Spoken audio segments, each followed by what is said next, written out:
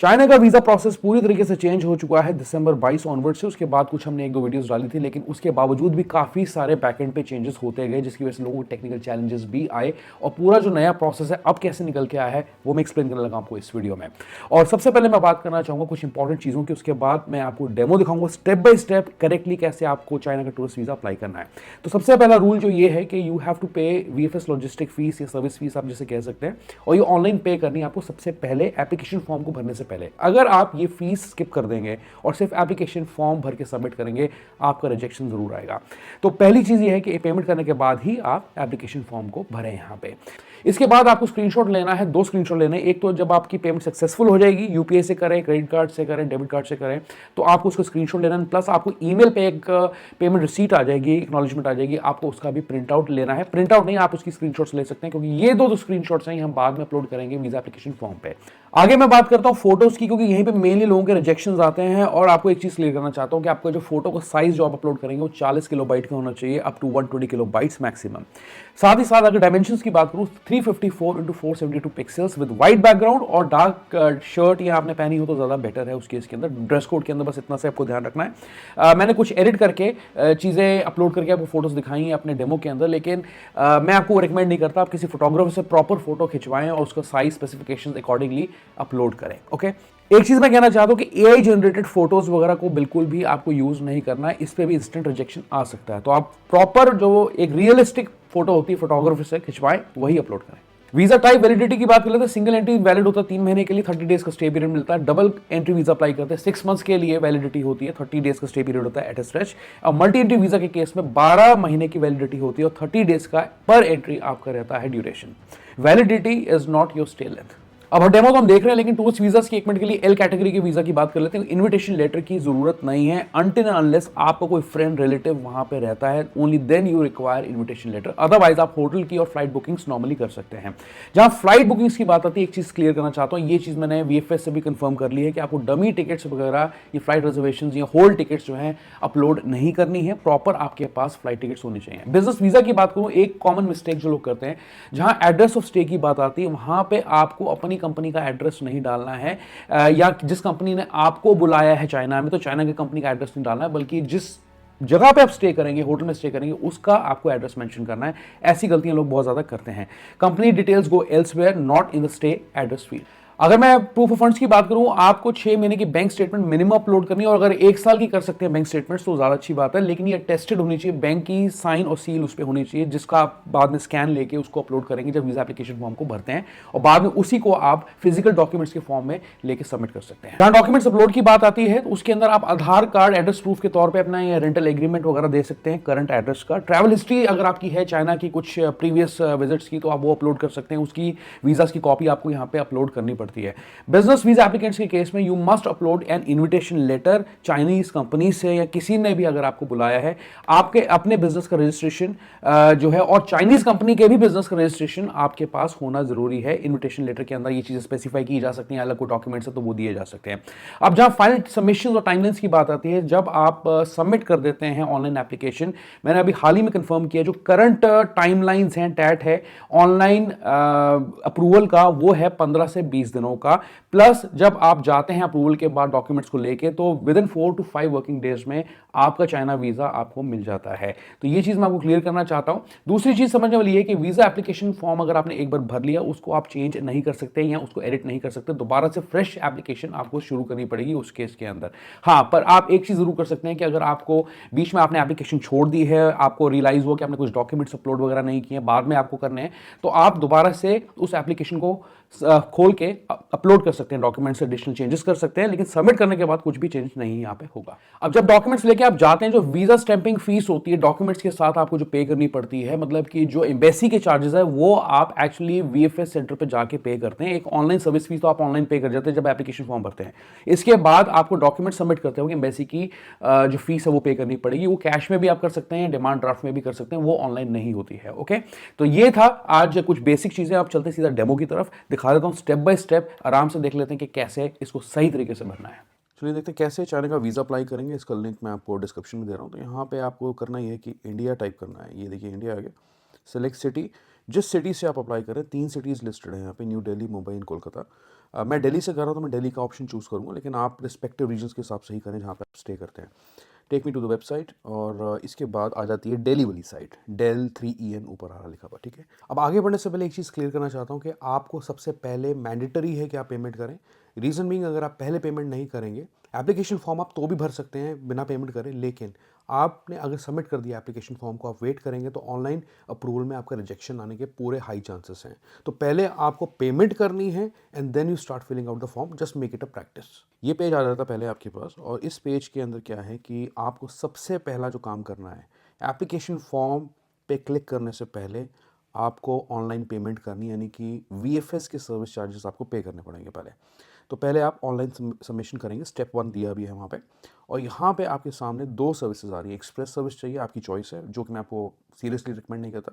Normal service पे हम click करते हैं इस वाले लिंक पे, ठीक है। दोनों लिंक्स हैं आपके पास।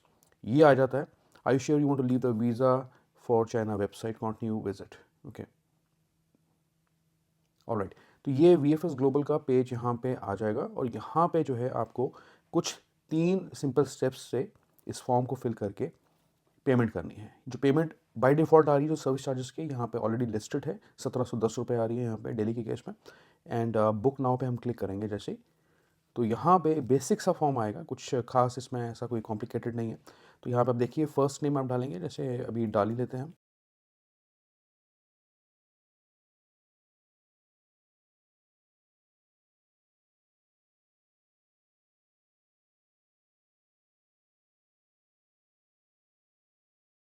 एंड बुक नाउ पे क्लिक कर देंगे, तो पेमेंट गेटवेज खुल के आ जाते हैं हमारे सामने, और वीज़ा, मास्टर कार्ड वगैरह यूज़ करके क्रेडिट कार्ड या डेबिट कार्ड से पेमेंट कर सकते हैं इजीली। डेबिट कार्ड का भी ऑप्शन है, और अच्छी बात है कि UPI का भी ऑप्शन है। तो मैं आपको रिकमेंड करता हूँ कि ये थोड़ा क्रेडिट कार्ड्स में आपको कोई अगर चैलेंज आता है तो आप UPI को यूज़ करें, ईजी एंड फास्ट। तो इसको आप यूज़ कर सकते हैं। This is how you make the payment. अब जब पेमेंट आपकी सक्सेसफुल हो जाती है, इसके बाद आपको स्क्रीनशॉट लेना है, जो पेमेंट सक्सेसफुल का आपको सामने स्क्रीन पे दिखेगा, उसका स्क्रीनशॉट लेना है। प्लस आपको एक ऑटोमेटेड ईमेल जाती है जिससे आपने रजिस्टर किया है, उस पर भी पेमेंट कॉन्फर्मेशन आपको जाता है। तो दोनों जो प्रूफ्स हैं इनको आपको सेव करके रखना, बिकॉज हम ये बाद में एप्लीकेशन फॉर्म में अपलोड करने लगे।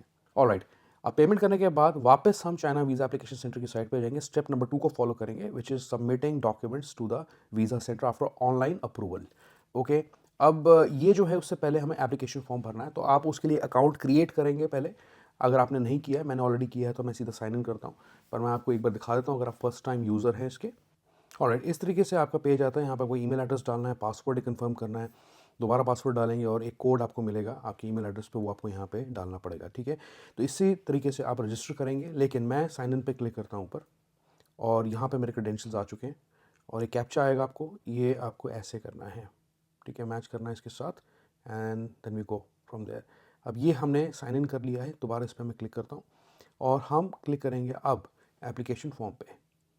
ऑलराइट, तो एप्लीकेशन फॉर्म हमारा लोड हो चुका है, और आपका जो सेंटर है कोलकाता है, मुंबई है, तो वो आएगा, मेरे केस में दिल्ली आ रहा है। कंफर्म कर देते हैं इसको, and I have read and agree to the user service agreement. अब मुझे करना ये है कि अगर आप देखें यहाँ पे जो पहले एक इशू आ रहा था जिसके बारे में किसी को नहीं पता था, because it was fairly new, तो आप देखें यहाँ पे कोई टैब नहीं आ रहा है या स्क्रॉल बार नहीं आ रहा है। तो आपको करना ये है कि अपने ईमेल क्रेडेंशियल्स पे जाना, ऊपर पर्सनल सेंटर पे क्लिक कर देना है। इसके बाद आपका जो ये एक पेज आएगा फॉर्म खुलने से पहले। अब आप देखें तो ये देखने में बड़ा ऑर्डनरी सा लग रहा है, ऐसे लग रहा है जैसे आपको स्टेटस या ट्रैक करनी है अपनी एप्लीकेशन। डेफिनेटली आप कर सकते हैं यहाँ से, लेकिन आपको करना क्लिक है फिल इन अ फॉर्म पे। तो इसके बाद फिर से यही मैसेज आएगा सेम न्यू दिल्ली का, कंफर्म कर दें, और नया टैब खुल जाएगा आपका ब्राउज़र में, और इस तरीके से आपका फॉर्म लोड होना शुरू हो जाएगा। ये थोड़ा टाइम लेता है, बिजी है, आप ऑफ आवर्स में भी करेंगे, यहाँ आप अर्ली मॉर्निंग में करेंगे तो भी ये आपको स्लो ही लगेगा। तो ये कुछ इंस्ट्रक्शंस आ जाती हैं, और इसके बाद start filling in the form. Alright, अब मुझे सबसे पहले करनी है अपनी फ़ोटो अपलोड। तो पहले फ़ोटो रिक्वायरमेंट्स को एक मिनट के लिए देख लेते हैं, और यहाँ पे आप देखें जो आपका जो फाइल टाइप होना चाहिए फ़ोटो का, JPEG या JPG होना चाहिए, और मैक्सिमम फाइल साइज़ आपको 100 किलोबाइट, मिनिमम 40 किलोबाइट से लेके 120 किलोबाइट तक का होना चाहिए। और जो डायमेंशंस है 354 into 472 pixel height and 422 560 pixel respectively. तो इसका एग्जाम्पल और सैम्पल आप यहाँ पर देख सकते हैं। अब एक मेरी तरफ से डिस्क्लेमर कि मैं अपनी फ़ोटो एडिट करके उसके रिकरेक्शन करके उसको अपलोड कर सकता हूँ। अगर आपको उसमें कुछ चैलेंजेस हैं, बेटर ये है कि you should always get in touch with the professional photographer, उनसे फोटो खिंचवाएं फ्रेश अपनी विद वाइट बैकग्राउंड, और आपकी शर्ट वगैरह जो कलर है वो डिफरेंट होना चाहिए, उसमें कॉन्ट्रास्ट होना चाहिए, वाइट नहीं लगनी चाहिए पूरी फोटो आपकी, एंड 80% फेस कवरेज उसमें होना चाहिए। तो आप वो फ़ोटो खिंचवा सकते हैं। अगर आपको नॉर्मल करेक्शंस कर रहे हैं फाइल साइज़ के अंदर, तो आप वो कर सकते हैं। कुछ ऑनलाइन टूल्स आते हैं, गूगल पे सर्च करेंगे तो सबसे पहले एक ये साइट आई, फिर दूसरी ये साइट आ रही थी। तो इसमें अगर आपको फाइल साइज़ इंप्रूव करना, अपलोड करने में कोई दिक्कत आती है, तो मिनिमम 40 किलोबाइट्स आपने देखा, ध्यान रहे। तो इसमें 50, 60, 100 आप कुछ भी चूज़ कर सकते हैं। मैं अभी क्या कर रहा हूँ कि मेरे पास कुछ बड़ी फाइल थी, फ़ोटो थी, उसको मैं कैनवा की सब्सक्रिप्शन है मेरे पास, तो उसको यूज़ करके मैं इसके अंदर करेक्शन कर रहा हूँ, ऑटो करेक्शन। तो इसमें मैंने जो स्पेसिफिकेशंस हैं 354x472 डाला एंड देन मैंने इस फाइल को डाउनलोड कर लिया। अब मैं आपको अपलोड करके दिखाता हूँ उसको कि कितने अच्छे से अपलोड हो गई है। क्लिक टू अपलोड पे क्लिक किया, सिलेक्ट फोटो एंड हम डाउनलोड्स पे मैंने इसको डाउनलोड करा। ये स्पेसिफिकेशन आ रही नीचे, इसको मैं अपलोड करता हूँ तो पीएनजी फाइल को। और अब मुझे रीसाइज करना है इसको, तो मैं जूम आउट करता हूँ थोड़ा सा। ये देखिए बिल्कुल परफेक्ट आ गया। इसको थोड़ा सा आप अलाइन कर सकते हैं ऊपर हेड के साथ एंड देन फिनिश पे क्लिक करते हैं, तो आप देखेंगे कि कितने अच्छे से फोटो अपलोड हुई प्रॉपरली। ओके, अब नेक्स्ट स्टेप जो हमारे लिए वो है data page of the passport, उसको अपलोड करना है। मैंने अपना पासपोर्ट अपलोड कर दिया है और उसकी सारी डिटेल्स मेरे पासपोर्ट की मेरे सामने यहाँ पे आ गई हैं। जो डिटेल्स मिसिंग हैं वो हम मैनुअली डालेंगे, तो उस पूरे फॉर्म को हम पहले पेज को चेक करेंगे, इसमें कोई गलती नहीं होनी चाहिए। ओके, नीचे क्लिक करते हैं, confirm the auto field passport details on the application form. इसके बाद हम थोड़ा सा नीचे आएंगे, स्क्रॉल डाउन करेंगे और यहाँ पे आप देखिए कि ऑटोमेटिकली मेरी सारी डिटेल्स आ रही हैं। जो मिसिंग है वो मैं ऐड करने लगा हूँ। तो ये सारी डेट्स वगैरह हर चीज़ चेक करनी है, बिकॉज ये ऑटोमेटेड प्रोसेस है, इसमें गलती हो सकती है। प्लेस ऑफ बर्थ जो है मैं यहाँ पे डाल दूंगा, जैसे कि मिसिंग है तो इसमें हम इंडिया चूज़ करते हैं। प्रोविंस सिटी जो है यहाँ पे चूज़ कर देंगे, तो हमने प्रोविंस और सिटी यहाँ पे डाल दिया। मार्शल स्टेटस जो है आप डालेंगे अकॉर्डिंगली अपना। And nationality permanent residence, current nationality आपकी इंडिया की है। आधार कार्ड आप यहाँ नीचे डालेंगे, ID number in the country of nationality. तो यहाँ पे मैं अभी आधार कार्ड वगैरह कुछ भी रैंडमली डाल रहा हूँ, ठीक है, ये डाल दिया। Do you have any other nationality, no no no, अगर एप्लीकेबल है तो आप ये ओके। एंड देन पासपोर्ट की इन्फॉर्मेशन जो है आप इसके अंदर ऑर्डनरी टाइप ऑफ पासपोर्ट करेंगे। पासपोर्ट नंबर इसने ऑलरेडी जो मैंने फोटो अपलोड की थी बायो पेज की, उससे उठा लिया है। प्लेस ऑफ इशू अगेन यहाँ पे मिसिंग है, तो उसको मैं डाल देता हूँ करेक्ट करके, ठीक है। तो यहाँ पे हम दिल्ली डाल देंगे। एक्सपिरेशन डेट इसने बिल्कुल राइटली उठाई है, तो उसमें कोई कमी नहीं है। अब नीचे नेक्स्ट पे आपको क्लिक करना है। ऐसे ही ग्रेड आउट लगता है कि जैसे कुछ चीज़ मिसिंग है, बट आप नेक्स्ट पे क्लिक कर सके नेक्स्ट पेज पे जा सकते हैं। एंड टाइप ऑफ वीज़ा जो है अब आपको यहाँ पे चूज़ करना है, जिस कैटेगरी का वीज़ा अप्लाई करें। टूरिज्म का करूँगा मैं, तो मैं एल कैटेगरी का करूँगा। और अगर आप बिजनेस वगैरह के करते हैं या कॉन्फ्रेंसेस की करते हैं तो एम कैटेगरी का हो गया, commercial and trade activities respectively, और भी बहुत सारे ऑप्शंस हैं यहाँ पे। ओके, अभी हम टूरिज्म रखते हैं एंड देन इंडिविजुअल टूरिस्ट रखूँगा। सर्विस टाइप मैंने क्योंकि नॉर्मल के लिए पेमेंट की थी, जैसे मैंने आपको दिखाया था डेमो में, तो मैं आगे नॉर्मल यहाँ पे चूज़ करता हूँ। वीज़ा एप्लीकेशन इन्फॉर्मेशन, वैलिडिटी क्या है, अब इसको समझना बहुत ज़रूरी है। जहाँ आप सिंगल एंट्री वीज़ा की बात करते हैं, इसमें 3 मंथ्स की वैलिडिटी होती है और यहाँ पे 30 डेज़ का स्टे पीरियड होता है। 30 डेज़ का स्टे पीरियड, आप डबल या मल्टीपल एंट्री वीज़ा भी अप्लाई करते हैं, इसको आप चेंज नहीं करेंगे, इसको 30 डेज़ रहने देंगे। लेकिन अगर आप डबल अप्लाई करते हैं तो आप इसको 6 कर देंगे, 6 मंथ्स, या आप इसको 12 मंथ्स कर देंगे in case you are going to apply for the multi entry visa. मैं आपको रिकमेंड करता हूँ कि आप मल्टीपल एंट्री वीज़ा के चक्करों में ना पड़े, रिजेक्शन बहुत आते हैं चाइना वीज़ा पे भी लोगों के। आप इसे सिंगल रखें या डबल रखें। ओके, सिंगल है तो मैं इसको अगेन 3 मंथ्स का यहाँ पे कर देता हूँ और इसके बाद हम नेक्स्ट पे क्लिक करते हैं। करंट ऑक्यूपेशन को मैं चूज़ कर लूँगा यहाँ पे। तो आप क्या करते हैं, अगर किसी कंपनी से काम करते हैं, बिजनेस हैं, आप एम्प्लॉय हैं या कुछ भी है, आप चूज़ कर सकते हैं अकॉर्डिंगली। डेट फ्रॉम, मतलब work experience in the past 5 years, तो जो आपने जब स्टार्ट किया था आप उसकी डेट यहाँ पे डाल सकते हैं। ये मैंडेटरी नहीं है डे टू, क्योंकि आप हो सकता है कि अभी अंडर एम्प्लॉयमेंट हो, अगर आपने छोड़ दिया तो आप स्पेसिफाई कर सकते हैं डे टू, या अपनी लास्ट कंपनी की डिटेल्स आप यहाँ पे डाल सकते हैं, जो भी 5 साल में अपनी कंपनीज में काम किया है। आगे है name of the employer, address of your employer, telephone number of your employer, supervisor name, position आपकी क्या है। ओके, इसको हम सेव कर देंगे, आप नेक्स्ट पे क्लिक कर सकते हैं। अब क्वालिफिकेशंस आपको अपनी देनी है, तो नेम ऑफ द इंस्टीट्यूशन वगैरह, नॉट एप्लीकेबल है तो आप वो चूज़ कर सकते हैं। डिप्लोमा डिग्री, यहाँ पे मैं मास्टर चूज़ कर लिया, जैसे सॉरी ये करते हैं चूज़ एंड मेजर, ठीक है। इसके बाद सेव कर देंगे, सेव सक्सेसफुली, एंड नेक्स्ट पे क्लिक करते हैं। इसके बाद करंट होम एड्रेस आपको डालना है यहाँ पे। ईमेल एड्रेस स्पेसिफाई करेंगे जिससे आपने रजिस्टर किया था पहले। अब फैमिली मेंबर्स की इंफॉर्मेशन आपको देनी है, फादर्स नेम, नेशनैलिटी आप डालेंगे यहाँ पे, डेट ऑफ बर्थ उनकी डाल देंगे आप यहाँ पे। Is your father in China, इसको हम नो कर देंगे, एप्लीकेबल है तो येस करेंगे आप। ऐसे आपको सिमिलरली मदर की इन्फॉर्मेशन डालनी है अपनी, और मदर आपकी चाइना में है नहीं है वो भी आपको स्पेसिफाई करना है। डेट ऑफ बर्थ आप डाल देंगे उनकी, is your mother in China, no कर देंगे। आगे चिल्ड्रन की इन्फॉर्मेशन मांग रहा है, मेरे केस में एप्लीकेबल नहीं, नॉट एप्लीकेबल कर दिया मैंने, इसको मैं क्लोज कर देता हूँ थोड़ा सा। और नीचे दिया है do you have any immediate relatives not including your parents in China, इसको मैं नो करता हूँ, मेरे केस में एप्लीकेबल नहीं है, आपके केस में है तो येस कर सकते हैं। नेक्स्ट पे क्लिक करते हैं।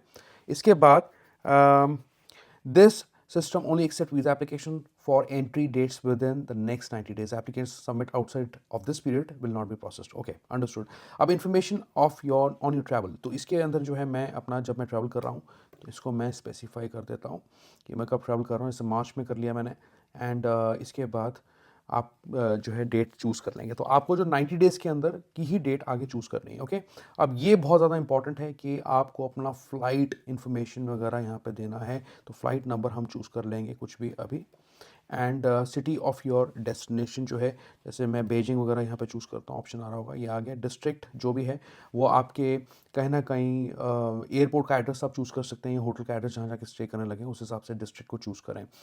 The city of your destination and city to stay, तो वो भी बेजिंग हो गया मेरे केस के अंदर, वो मैंने चूज़ कर लिया। डिस्ट्रिक्ट कंट्री वो मैं चूज़ कर लेता हूँ यहाँ पे, मैंने सेकंड चूज़ किया था। एड्रेस टू स्टे, अब आपको होटल का एड्रेस यहाँ पे डालना है।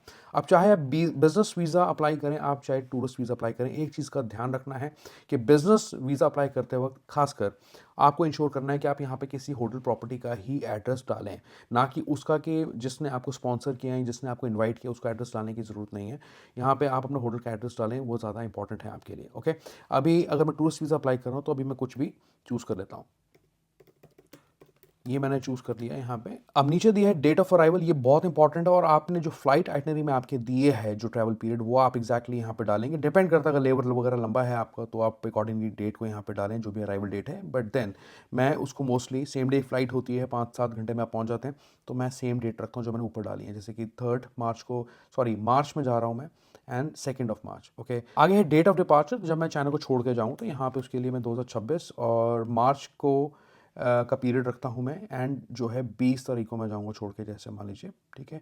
सो 2 से 20 तारीख का स्टे है, और यहाँ पे मैंने चूज़ कर लिया। देन डेट ऑफ डिपार्चर, यानी कि अब आपको उसी वही डेट डाल दूंगा मैं ऊपर जैसे होती एग्जैक्टली जब मैं छोड़ूंगा इसको, एंड देन 3 एंड यहाँ पे मैं 20 चूज़ कर लेता हूँ, और आपको फ़्लाइट नंबर जो आपका डिपार्चर का फ़्लाइट होगा वो आपको यहाँ पे डालना है, तो वो कुछ भी और हो सकता है। सिटी ऑफ डिपार्चर बेजिंग ही है मान लीजिए मेरे केस में, कोई और सिटी आप वो स्पेसिफाई कर सकते हैं, डिस्ट्रिक्ट वगैरह वही हो गया। एंड देन इनवाइटिंग पर्सन, अब जो टूरिस्ट वीज़ा अप्लाई करने वाले लोग हैं उनको इनविटेशन लेटर की ज़रूरत नहीं है। अगर आप एम कैटेगरी का वीज़ा या किसी और बिजनेस कैटेगरी का वीज़ा अप्लाई करते हैं तो ये आपके ऊपर एप्लीकेबल हो जाता है। तो अभी इसको अगर मैं देखूँ टूरिस्ट के केस के अंदर मैं इसे नॉट एप्लीकेबल कर सकता हूँ, और उसका रीज़न दे सकता हूँ कि उसका रीज़न क्या है कि applying for tourist visa not required. ठीक है, इसको आप कर सकते हैं अप्लाइंग फॉर टूरिस्ट वीज़ा, बस इतना लिखें, नॉट रिक्वायर्ड लिखने की ज़रूरत नहीं है। ठीक है, टूरिस्ट वीज़ा, तो रीज़न भी हो गया। अगर ये एप्लीकेबल है आपके केस में तो इसको एक बार देख लेते हैं। नेम है आपका जो inviting contact person organisation in China, तो चाइना का जो इनवाइटिंग पर्सन उसका नाम है कुछ भी जू जिंग करके कुछ भी टाइप कर देते हैं, and the contact person relationship with you is a business colleague या जो भी है पार्टनर, और वो आप यहाँ पे चूज़ कर सकते हैं। ठीक है, फ़ोन नंबर जो है आप उनका डालेंगे जो लोकल होगा, ईमेल आईडी आप उनका डाल देंगे, बहुत सिंपल स्ट्रेट फॉरवर्ड है। प्रोवेंस हो गया जहाँ पे वो स्टे करते हैं, city and post code. Post code is very important इस केस में समझना, ये गलत आपका ना हो यहाँ पे। ठीक है, अभी मैं नॉट एप्लीकेबल करके आगे बढ़ रहा हूँ। और इमरजेंसी कॉन्टैक्ट आपको एक अपना लोकल इंडिया का किसी का देना है, तो मैं किसी का दे सकता हूँ, जैसे कि आप ब्रदर सिस्टर सिबलिंग्स का, वाइफ का दे सकते हैं। गिवन नेम ये हमने डाल दिया। Who will pay for this travel, तो अगर आप टूरिस्ट हैं, सोलो ट्रैवलर हैं, तो आप सेल्फ चूज़ करेंगे। अगर आपको किसी ने स्पॉन्सर किया, जैसे आपके पेरेंट ने किया स्पॉन्सर, तो आप उनकी डिटेल्स, उनका नाम, फ़ोन और जो ईमेल एड्रेस है यहाँ पे डालेंगे।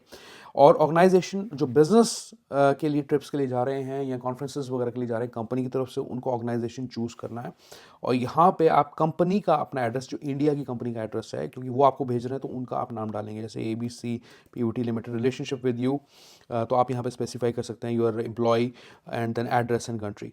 तो इसको अभी मैं सेल्फ रखता हूँ क्योंकि मैं सेल्फ स्पॉन्सर्ड ट्रिप पे जा रहा हूँ। ठीक है, and then person sharing the same passport with you, इस केस में यूजुअली आप नो रखते हैं। नेक्स्ट पेज पे information on your previous travel, have you ever been to China, जो ट्रैवल हिस्ट्री वो आपको देनी है। तो मेरे केस में नो है। अगर येस है, आप पहले गए हैं तो येस करेंगे। प्रीवियस चाइना वीज़ा मेरे केस में नो है, अगर आपके पास था पहले येस करेंगे। Do you have any valid visa issued by any other countries, मेरे केस में है तो मैं उसको येस कर सकता हूँ। और जो स्पेसिफाई है उस कंट्री का आप नाम, जैसे कुछ भी आप यहाँ पे मल्टी एंट्री वीज़ा जैसे जापान का, तो आप वो चूज़ कर सकते हैं। अदरवाइज इसको चलिए आप नो रखते हैं, simple straight forward. And countries you visited in the past 12 months, तो येस है मेरे केस में, आप उसको स्पेसिफाई करेंगे, नहीं तो आप इसको नो कर देंगे। ओके, चलिए अभी नो रखते हैं इसको, नेक्स्ट पे क्लिक करते हैं। और other information, have you ever been refuse a China visa or denied entry, ये यूजली सब कुछ आपको नो करना होता है क्योंकि इतना नेगेटिव किसी का होता नहीं एप्लीकेशन। अगर कुछ है ऐसा तो आप अकॉर्डिंगली चूज करें।